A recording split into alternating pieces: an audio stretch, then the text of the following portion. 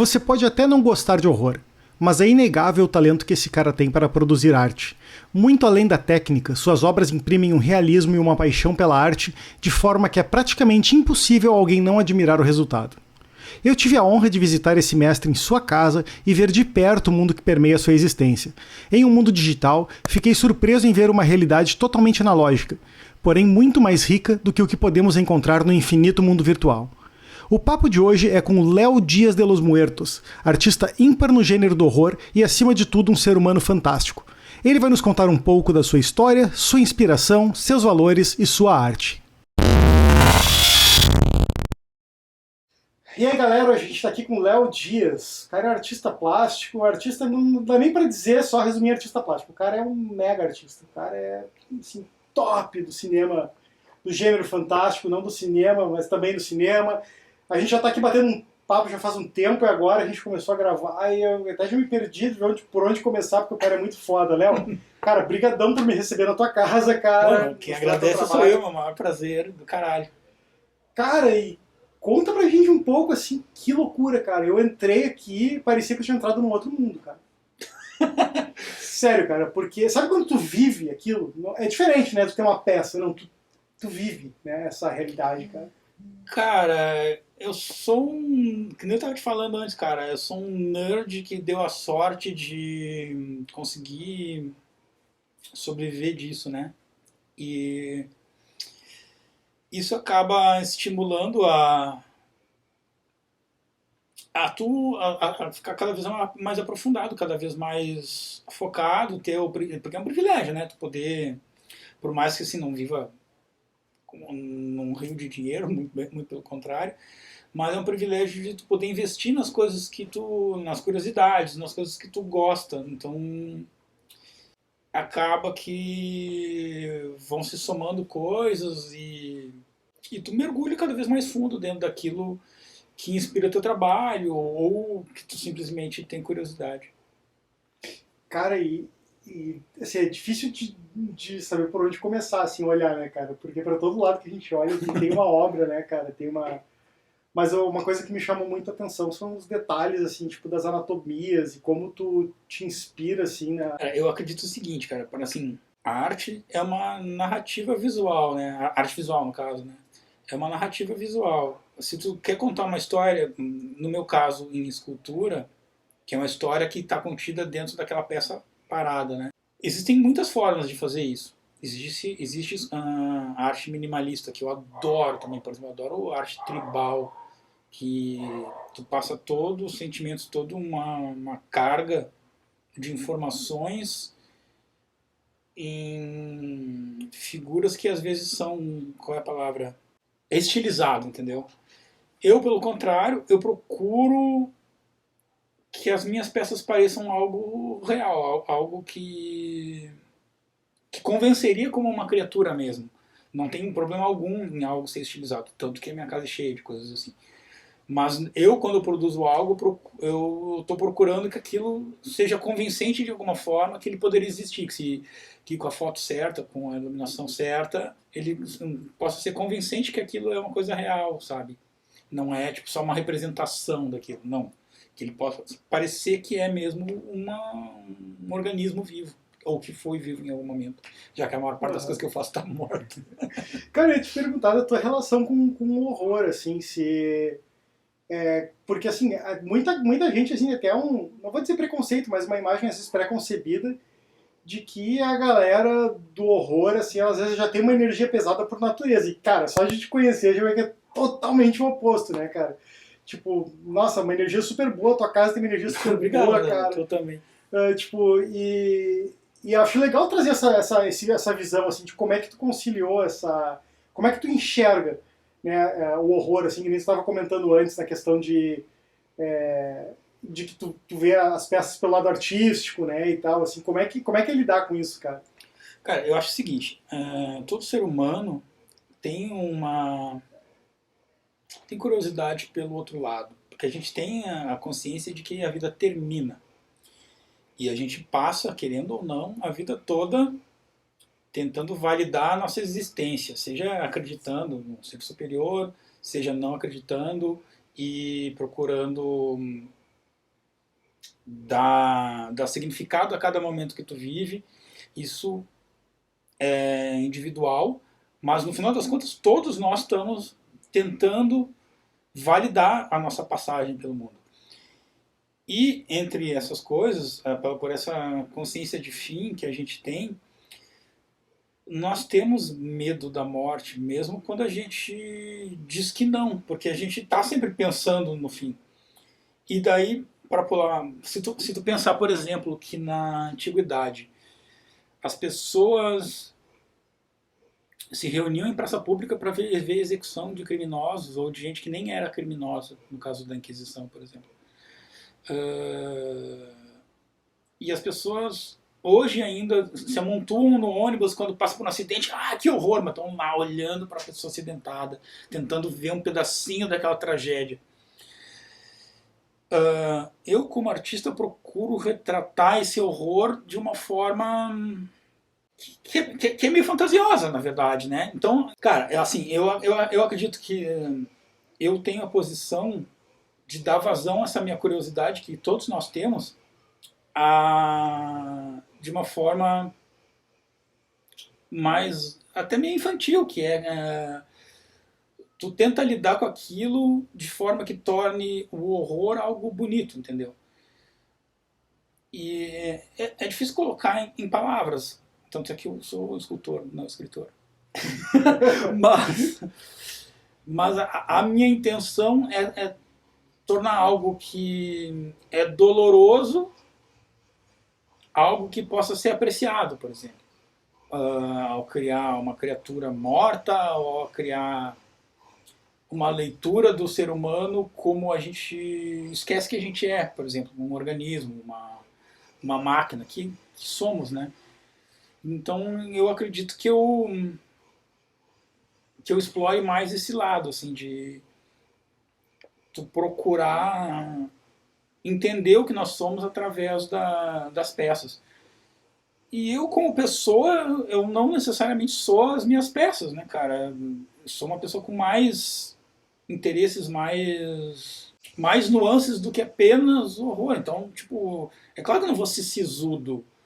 A vida é linda, apesar de ter sofrimento, apesar de ter fome, apesar de ter guerra, apesar de ter doença. A vida em si não é um peso, a vida é bonita. Eu não vejo por que eu carregaria a minha de outra forma a não ser apreciando o que a vida oferece de bonito. Então, eu ser capaz de ver a arte alheia, por exemplo, um filme, ou ler um livro, que às vezes traz uma mensagem diferente do que eu mesmo pensaria naquele tema, eu acho isso extremamente positivo. Então, eu acredito que a troca entre as pessoas, né, do artista com o público, do artista com outro artista que também se torna público nesse caso, eu acho que isso é muito bonito. Então, eu não vejo por que eu ia fingir que eu sou trevoso. Por exemplo. Em foto finge, né? Em foto finge. O cara vê, bate um papo assim, tipo, vê que não... Mas, cara, a tua arte ela é bem focada na fantasia, assim. Ela não é uma arte que ela busca provocar medo, provocar susto, cara, né? Porque assim, medo, que nem a gente tava falando antes, qual foi o último filme que realmente passou medo, tá ligado? Eu não consigo lembrar agora, certamente tem, tá ligado? Tem filmes ótimos, por exemplo, A Bruxa, muito foda, The Babadook, muito foda, acho que são os grandes filmes de terror dos últimos anos. Mas eu não sei se eu procuro medo, eu acho que eu procuro encanto. Por mais que eu procure encanto na sombra que as pessoas não gostariam de necessariamente olhar. Eu consigo ver beleza na anatomia, mesmo quando a anatomia significa ter que olhar para a morte, por exemplo. Porque quando tu vê, por exemplo, uma peça anatômica no laboratório de anatomia, tem duas formas de tu olhar para aquilo. Uma pessoa que morreu, de fato mas ao mesmo tempo tu tá olhando para a grande maravilha, o milagre da vida, que é um organismo como que possa estar naquele momento estar desligado, né, digamos assim. Só que aquilo ali te propicia conhecimentos para entender o que nós somos.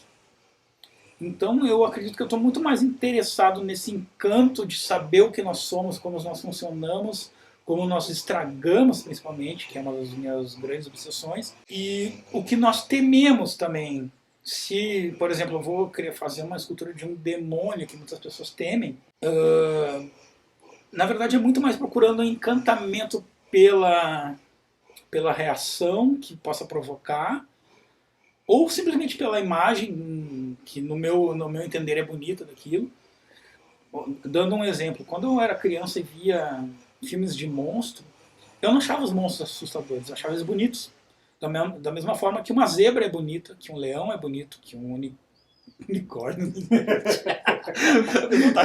Tem a sua beleza. Mas assim, da mesma forma que um animal é bonito, tá ligado? O unicórnio é ótimo. Olha o unicórnio.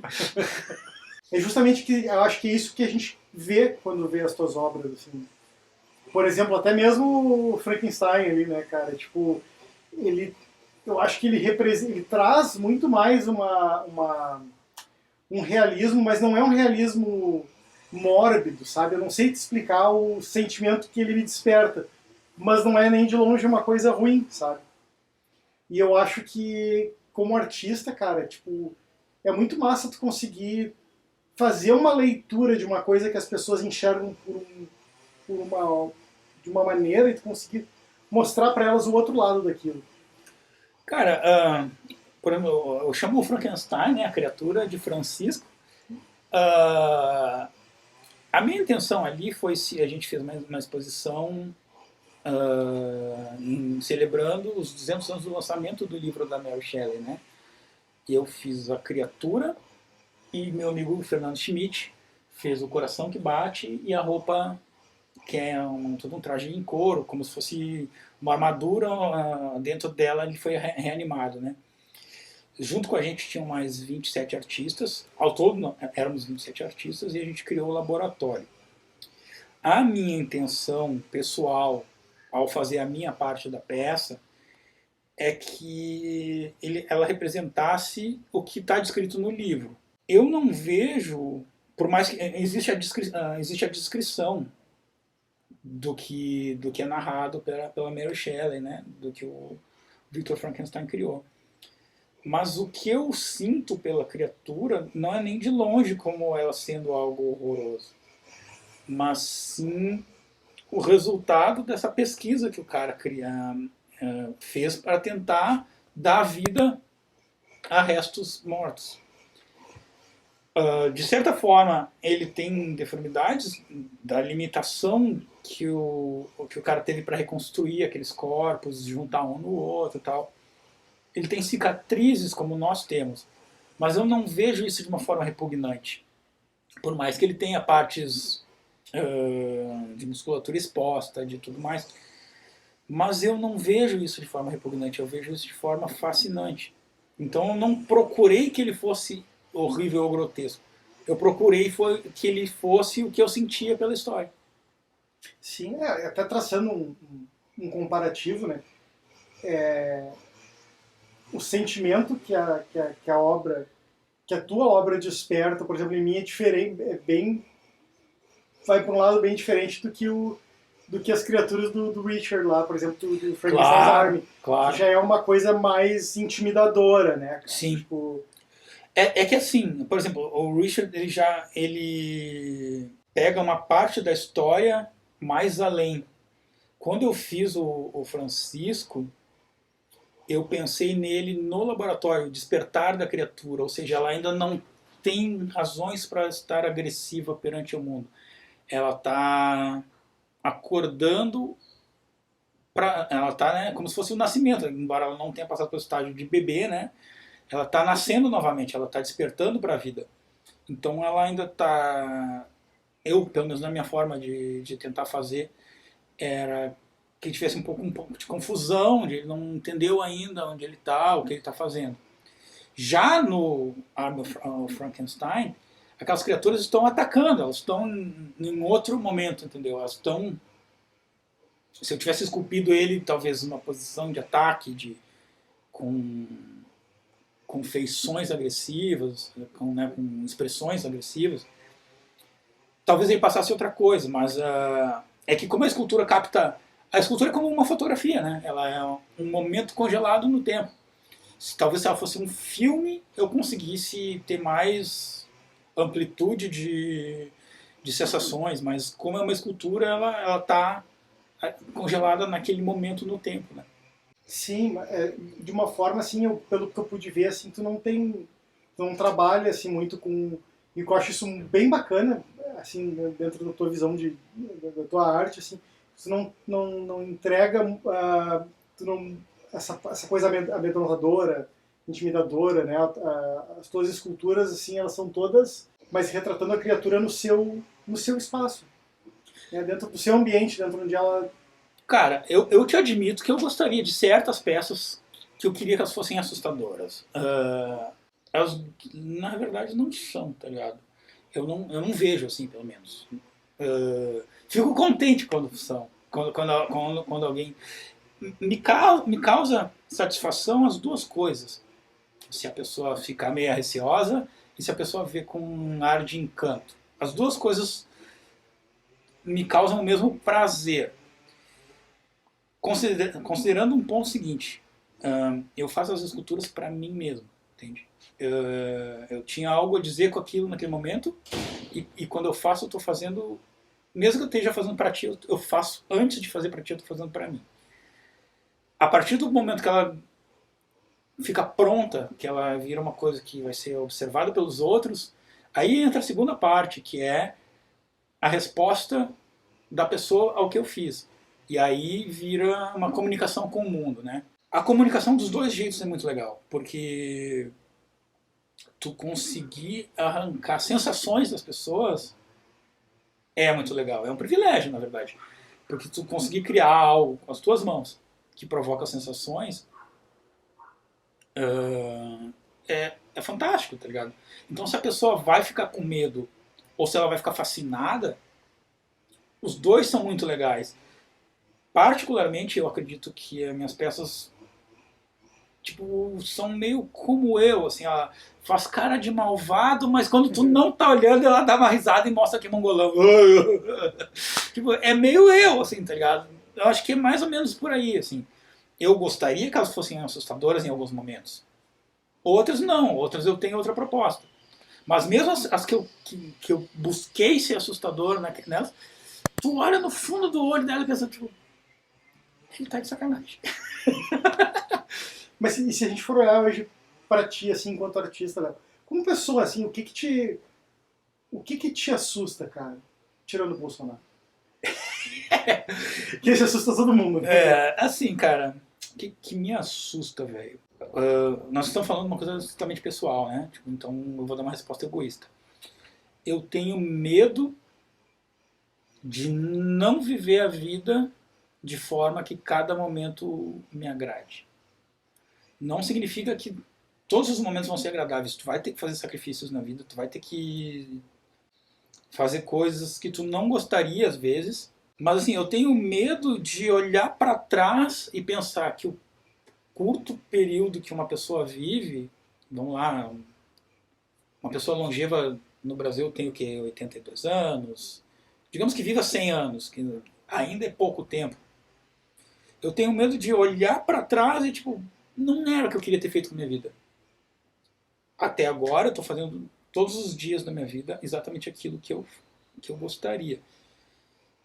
Agora, medo, assim, claro, tem medo de ficar doente, de não poder fazer as coisas, de passar dificuldades num país da forma como a gente vive, né? Que os caras queriam até pouco tempo atrás, os caras queriam. Tinha gente com a ideia brilhante de extinguir SUS. Só uns abobados, né? Que não tem noção do que estão falando mesmo. Isso tudo causa medo, né, cara? Eu tenho medo de ver as pessoas que eu amo e que são alvo dessa gente escrota do caralho sofrerem. Não vai mais acontecer, infelizmente, né? A gente vai derrubar esse bosta, mas eu tenho medo de ver essas pessoas sofrendo na mão de gente ruim, tá ligado? São coisas que me dão medo, assim. Mas assim, eu não tenho medo de fantasma, não tenho medo de monstro, eu tenho medo de altura. Eu tenho medo de altura, isso eu tenho medo, pra caralho. Então acho que a gente. E esses são medos assim que. Coletivos, eu diria, né, cara? É, Há muitos deles, assim, tipo. Tu tá trabalhando dentro do mundo da fantasia onde tudo é possível, então tu consegue fazer a justiça, digamos assim, com certeza, com certeza. com as tuas peças. Né? Muitas vezes eu coloco significados embutidos, especialmente quando são peças únicas, né? Tipo, que foi bolada para isso e tal. Às vezes eu consigo botar simbologias e gestos que só eu sei que estão ali e que talvez acabe um dia ou outro transparecendo para alguém, mas que nem de longe foi a proposta inicial, tipo, essa aqui vai simbolizar tal coisa. Não, eu vou botar uma piada, um caco, uma gracinha ali, um gracejo, que quando eu olho para ela eu penso. E que se porventura alguém olhe para ela e pense. Olha ali o que o bicho está fazendo e tal. Mas não é o meu objetivo final. Mas a tua relação com o horror, assim, ela vem. Cara, desde criança, na verdade, porque assim, eu sou uma criança dos anos 70, né? Eu cresci vendo Elo Perdido, Muppet Show, Terra de Gigantes, esse tipo de. Vamos colocar enlatado. E como eu falei, eu não achava os monstros assustadores, eu achava eles bonitos, fascinantes, como qualquer animal. E depois de um tempo, cara, eu perdi meu pai com 5 anos. E depois que ele faleceu, eu passei um tempo dormindo com a minha mãe na cama. E um dia minha mãe dormiu mais cedo, apagou e a TV ficou ligada e eu fiquei vendo filme. E passou um filme de terror. E, e eu fiquei assustado com o filme, embora entendesse que aquilo era um filme, não era realidade, né? Era uma obra, eu entendia que aquilo era uma obra de ficção. E quando terminava, eu sabia, é só um filme, ninguém morreu. E eu achei aquela sensação fascinante. E aí eu comecei, toda vez que tinha oportunidade, se tinha um filme, né, nós estamos falando do começo dos anos 80, daí não tinha locadora ainda, não tinha essas coisas, pelo menos nós não tínhamos acesso, né? Então, quando dava um filme na TV, alguma coisa assim, eu ficava vidrado para ver, né? E aí, cara, eu descobri que eu adorava filme de horror, gostava de história em quadrinhos, de horror, tudo que seja no tema, né? Porque eu acho que aborda esse medo que todo mundo sente, só que de uma forma que eu acredito que é bastante saudável, assim, através da alegoria, essa é a palavra que eu queria, aquela alegoria, através da metáfora, tu consegue transmitir algo que acaba. Ela é tipo. A história de ficção é legal por causa disso, porque ela é uma cápsula do tempo, né, com começo, meio e fim, que te passa uma sensação da onde tu que aí depende, claro, muito da obra, ela pode trazer uma grande mensagem ou simplesmente ser só uma sensação para o momento. E eu acho que as duas coisas têm o mesmo podem ter valor, entende? Tanto aquela mensagem que vai te deixar pensativo, talvez para a vida, talvez por alguns dias ou por alguns instantes, ou aquela cápsula de sensações fechadas naquela obra. E, cara, eu acho que o horror pródigo em fazer isso, né, cara? Ele é um gênero que é riquíssimo por causa disso, porque ele pode abordar de tudo, né, cara? A gente pode abordar o horror externo, que é o que externamente podem causar a gente, ou o horror interno, que é o que pode surgir de dentro da gente. E que são conflitos humanos que todas as épocas tiveram experiência, né? O conflito humano ele existe, independente do cinema, independente dos quadrinhos, em todas as épocas da humanidade, a gente teve esse conflito e foi tratado de alguma forma.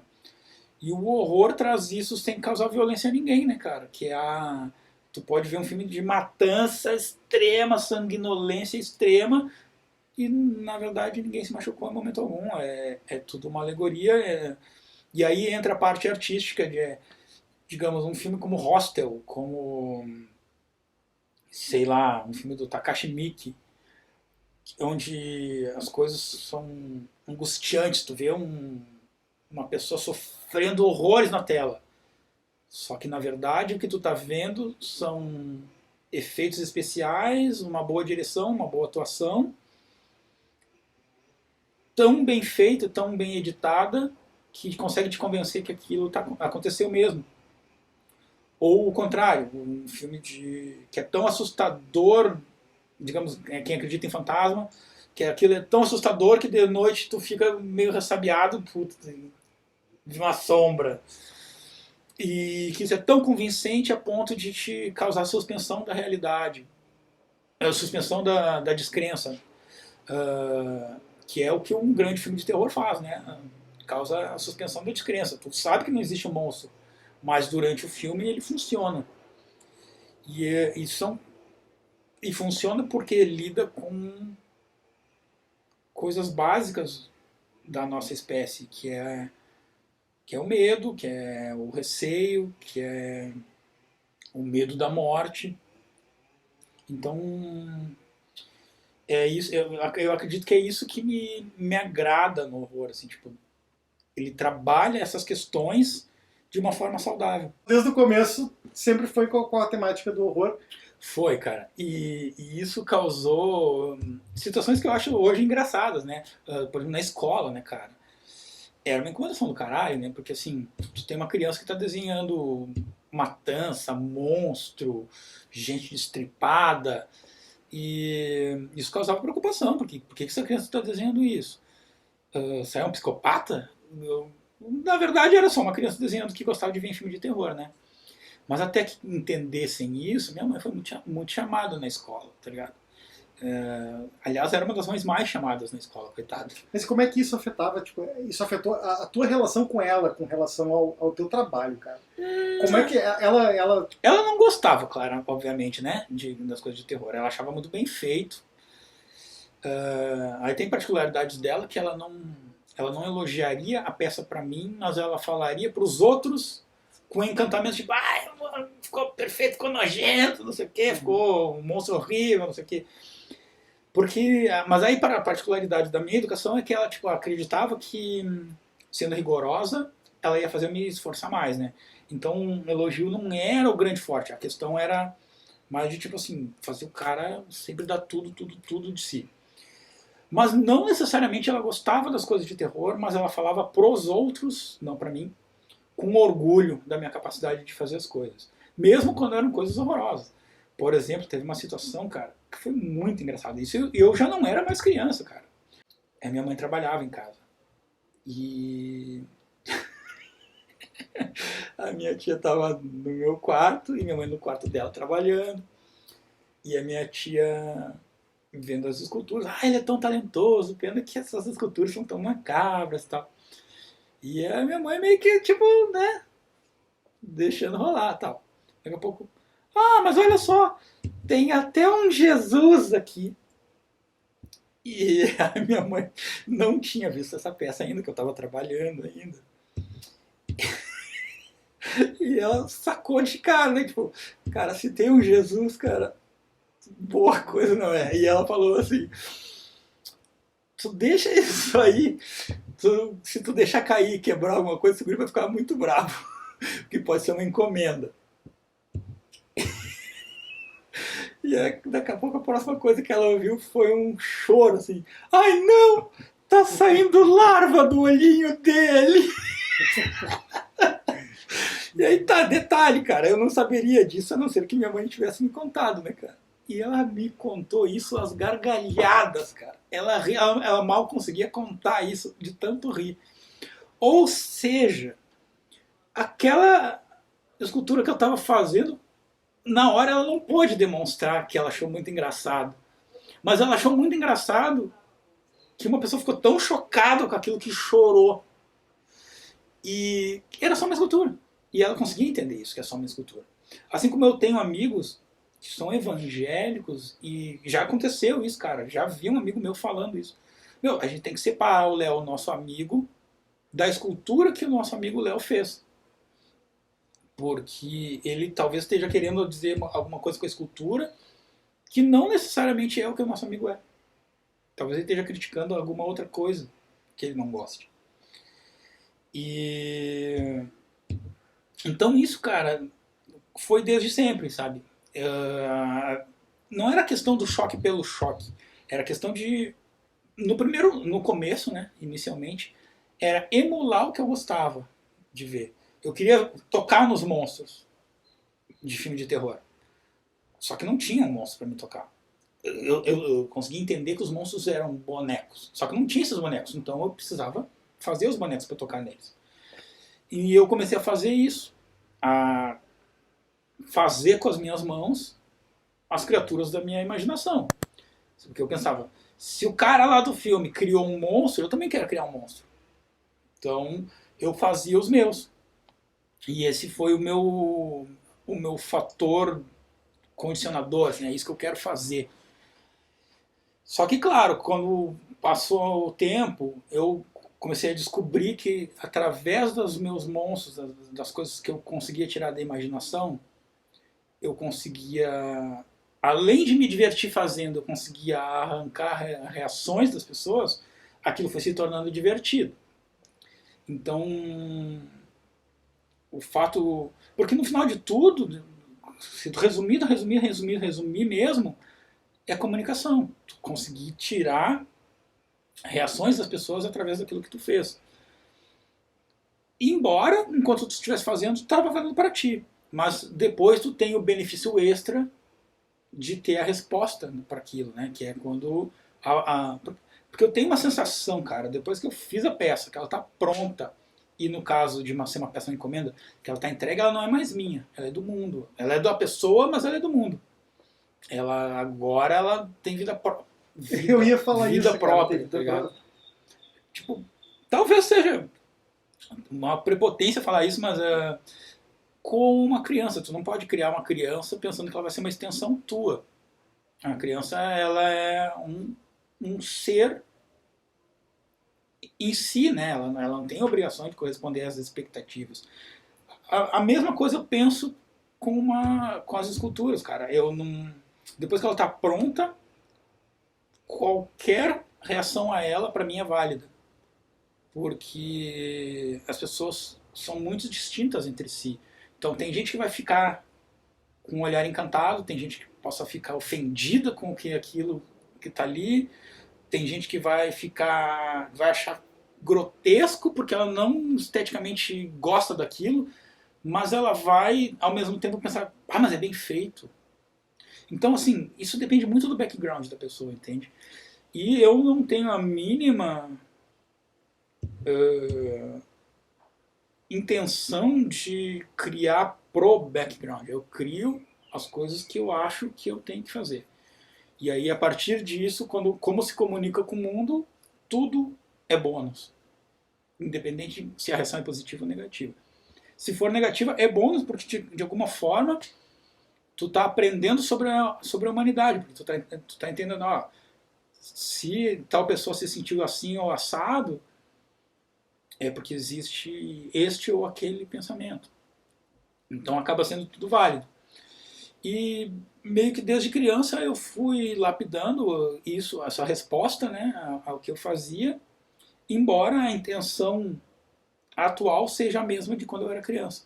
Eu quero tocar as coisas que eu imagino. As pessoas elas deveriam mais olhar para si com esse olhar mais artístico. Eu achei uma pena porque, assim, muitas vezes as pessoas reprimem em si traços que são a sua mais pura essência em nome de não desagradar ou de agradar, de ser aceito ou de temer a rejeição. Eu nunca tive medo disso, cara. Eu acredito que a gente tem que fazer o que a gente faz, a gente tem que ser o que a gente é. E se os outros não gostarem, que droga, né? Mas que droga pra eles, porque pra mim eu não tô nem aí. E muita gente, cara, se poda de admitir ou investir numa coisa que gostaria porque A não vai dar dinheiro, B não vai ser aceito, C não vai ter público, Ou simplesmente tem a tragédia da modernidade, para mim, é a pessoa sufoca seus sonhos, seus desejos mais profundos, porque ela tem que, infelizmente, batalhar o pão dos seus filhos, da sua família, ou completar a renda da família. No caso de muitos de nós, crescem em famílias grandes e com barras pesadíssimas, tudo muito difícil. E muita gente acaba, infelizmente, não tendo tempo até de explorar essas paixões, seus desejos, porque nem todo mundo vai ser artista plástico, né? Mas tem gente que poderia dar vazão à sua criatividade de inúmeras outras formas. E infelizmente isso é desincentivado, né, visto como coisa de vagabundo em muitos casos, até mesmo entre as pessoas que amam eles e que não fazem isso por maldade, mas porque têm essa alimentação, porque foram ensinados assim também. E em muitos casos a própria pessoa se poda de fazer as coisas por talvez temer que, puta, vão achar que eu sou doido, que eu sou retardado, porque eu gosto de filme de super-herói, porque eu gosto de isso, porque eu gosto daquilo. E, meu, opinião é igual cu, velho. Todo mundo tem um, velho. Faz o que quiser dele, sabe? O problema é quando tu começa a se preocupar com a opinião do outro. Porque se tu vai começar a agradar todos, tu não vai agradar ninguém e tu não vai ser feliz também. E aí é aí que eu acho que fica foda, tá ligado? Porque assim, a partir do momento que tu. Primeiro, a partir do momento que tu começa a querer agradar todo mundo, lá se foi a tua naturalidade. Lá se foi a tua naturalidade, tu não é mais uma pessoa genuína, tu é uma pessoa que está tentando corresponder às expectativas. E aí o que sobrou? Acabou, sei lá, acabou a luz amanhã, acabou a internet, acabou a tecnologia. Graças a Deus. O que cada um consegue? Eu passo às vezes por casas em construção e eu vejo os caras lá fazendo umas casas assim, cara, tipo, caralho, que casa a fuder, sabe? Tipo, e o cara que tá construindo, ele não tem condições de ter uma casa daquela. É. Mas aquilo ali é mais dele do que de quem tá pagando, sabe? Porque se amanhã acabar o dinheiro, eu sei que é um papo meio louco, mas se amanhã acabar o dinheiro, aquele cara tem capacidade de ir lá e fazer aquilo. Ele tem capacidade de fazer lá. Sabe, tipo, qual é a capacidade que eu tenho de fazer, entendeu? Cara, eu acho assim, as pessoas, cada uma tem sua especialidade e cada pessoa tem algo de muito valioso a oferecer pro mundo. Até um bosta como o Bolsonaro. Porque esse bosta, pelo menos, ele consegue oferecer ao mundo não ser como ele. Então, assim, ele consegue servir de mau exemplo. Tudo na vida dá pra tu tirar algo de positivo. Até num bosta. Então, assim, voltando para um lado positivo das coisas, assim, cara, as especialidades, isso é muito fascinante, porque, assim, o cara é capaz de fazer, erguer uma casa, e aí, observando aquelas técnicas, talvez tu pense, eu tive uma ideia para uma coisa que eu posso fazer na minha casa. Talvez eu não vou erguer a minha casa do zero, mas talvez eu consiga chapiscar um muro eu mesmo, ou fazer tal coisa eu mesmo. Ao menos é a minha forma de ver as coisas, de ver algo que alguém está fazendo e pensar, como eu posso aplicar isso nas coisas que eu faço, sabe? E ou que não seja algo que a pessoa faça com as mãos, mas formas de lidar com a vida. Por exemplo, tá conversando com alguém, aí tu tá frustrado por causa de alguma coisa da vida, alguma dificuldade, grana, todo mundo tem problema. E aí, quer ver um exemplo? Eu tava um dia caminhando, cara, já faz um tempo isso. Era um calor, velho. Era 2 de janeiro, velho. E eu já tava indo pagar conta de condomínio.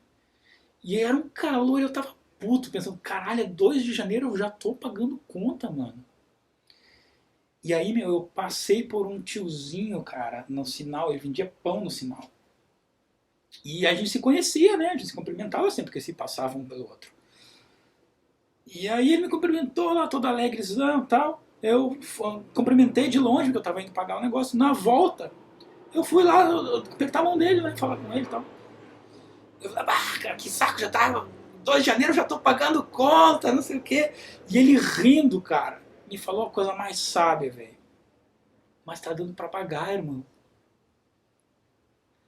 Ah, E aí, cara, tipo, saca, tipo assim, ele tava ali no sol, velho. Eu tava passando pelo sol, resmungando porque tinha que pagar a conta. Ele ia passar lá aquela tarde naquele sol, lá naquela sinaleira, vendendo pão, velho. E ele falou a coisa que eu vou carregar pro resto da vida, velho. Tipo, eu tô aqui fazendo um monstro porque sacrifiquei muita coisa para conseguir fazer isso. Sacrifiquei muito. Enquanto todo mundo tava curtindo, indo pra praia, fazendo coisa, eu tava fudido, tentando empatar para até começar a conseguir me bancar. Mas eu investi o meu tempo e a minha energia naquilo. E infelizmente funcionou. E isso me torna privilegiado, entende? Porque eu não tô lá no sol igual coitado do tio, cara, que provavelmente tem um monte de outras capacidades fora ser sábio pra caralho.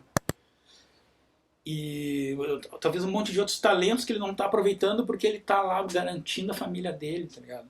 Se a gente olhar pro mundo com atenção, a gente tira algo de bom de tudo. Então, é, cara, é isso, assim, tem que estar sempre atento porque o mundo tem muito a nos ensinar. Cara, e uma coisa que eu acho que é um gancho legal para conciliar é a questão do reconhecimento que os artistas têm, principalmente no Brasil, ou que eles deixam de ter muitas vezes, e porque tu tem que conseguir, quando tu vive disso, conciliar, cara, esse talento, essa capacidade de produzir essas peças únicas num mundo que enxerga dinheiro, cara, e que muitas vezes não valoriza a genialidade por trás daquilo que tu está fazendo, sabe? Como é que é a conciliação para tu conseguir viver da arte, cara? Cara, eu não vou enfeitar, é difícil às vezes, né, cara? Tem momentos que de vacas gordas e tem momentos de vacas magérrimas, tá ligado? Só que eu sempre soube que seria assim e eu não posso me fazer de desentendido, né? Eu não posso reclamar, para ser sincero. Assim, as pessoas são carinhosas, todo mundo demonstra admiração pelo que eu faço, mesmo quando não gosta do tema, né? Que não é obrigação de ninguém, é lógico. Claro que a gente vê quando tem falsidade, lógico, porque tem gente assim em qualquer camada social, em qualquer ambiente. Tem gente falsa e tem gente que é genuína. Tem gente que vai dizer, ai, é horrível, eu não queria ter na minha casa, mas é muito bem feito. E tem gente que vai elogiar, nossa, tá muito foda, mas tu vai ver que é 100% falsidade. Isso tem. E eu prefiro 1000 vezes o elogio sincero do cara que não gosta, mas que diz, é muito bem feito, mas é horrível, eu não queria ter. E do que o cara que elogia pra ser, tipo, simpático e tal. Mas, a bem na verdade, cara, eu sou privilegiado, as pessoas, eu consigo bancar as minhas contas, eu vivo uma vida modesta, fazendo caveira, velho. Que é a coisa mais do caralho do mundo. E as pessoas são sempre carinhosas comigo. Onde quer que eu vá, as pessoas demonstram carinho e admiração. Essas minhas coleções de esqueletos, de ossos, de crânios e tal. As pessoas, cara, param o carro na estrada para coletar um bicho morto e trazem para mim, cara. Tipo, porque eles sabem, o cara vai adorar isso aqui, porque o cara vai conseguir limpar o esqueleto e vai aprender, e com isso ele acredita que ele vai ser um escultor melhor. Cara, se isso não é privilégio, cara, de uma pessoa parar um carro e catar um bicho morto que talvez esteja fedendo e trazer para ti, porque ele pensa, cara, o cara vai apreciar isso de uma forma que eu não entendo, mas eu vou fazer isso porque eu sei que para ele é valioso. Então, assim, cara, eu me sinto privilegiado, tá ligado? Apesar de viver num país que as condições são precárias, as coisas são difíceis, nem todo mundo que tem vontade de ter uma peça minha pode comprar, por exemplo. Não é caro, tá ligado? Não são peças caras, mas num mundo onde as pessoas às vezes não têm o básico, num mundo não, numa realidade social, onde as pessoas às vezes não têm nem o básico, arte é luxo, então acaba, ainda mais arte de nicho, né? Então, assim, tudo isso eu compreendo, e mesmo assim eu me sinto muito privilegiado, porque eu tô vivendo meus dias conforme as minhas leis, no final das contas, né? Se for traduzir tudo isso no final das contas, eu tô vivendo, eu sou disciplinado, né? Eu trabalho todos os dias, praticamente todas as horas em que eu tô acordado, sábados, domingos e feriados, ano novo, Natal, fim de semana, sempre. E quais são? Esse foi o primeiro ano que eu não trabalhei ano novo e Natal, na vida, em toda a vida. E, cara, eu acho isso um privilégio, porque eu tô gastando o meu tempo de vida nesse mundo com aquilo que eu mais amo. E sendo pago por isso. Eu, às vezes eu reclamo de estar cansado, mas eu reclamo de estar cansado. De querer, tipo, às vezes ter um pouquinho mais de dinheiro e tal. Mas eu reclamo é disso, não do que eu faço, porque o que eu faço me faz sentir o cara mais privilegiado do mundo. E acho que para toda a grande parte da população, que às vezes, como tu disse, não tem nem acesso, né, à cultura, não tem. Claro. Que hajam mais políticas inclusivas para que essas pessoas tenham a oportunidade de se descobrir. Claro, cara. Porque tem. Cara, as pessoas têm muito potencial inexplorado. Tem coisas que eu ignoro completamente que existam. E que pode ser que no momento que eu olhar para elas, eu pensar, meu Deus do céu, tá ligado? Existe isso. Que coisa incrível. E isso vale para todo mundo, né, cara? E infelizmente não é muito estimulado, né? Existem ferramentas de estimular a cultura do país que estão sendo sabotadas no momento, mas existem, né? Tem até as leis Rouanet da vida que os arrombados falam bobagem sem entender minimamente como funciona e repetem a cartilha idiotizada que eles ouvem sem questionar e sem tentar descobrir o que de fato é. E que seria um começo para, né? Porque a arte é alimento também, tá ligado?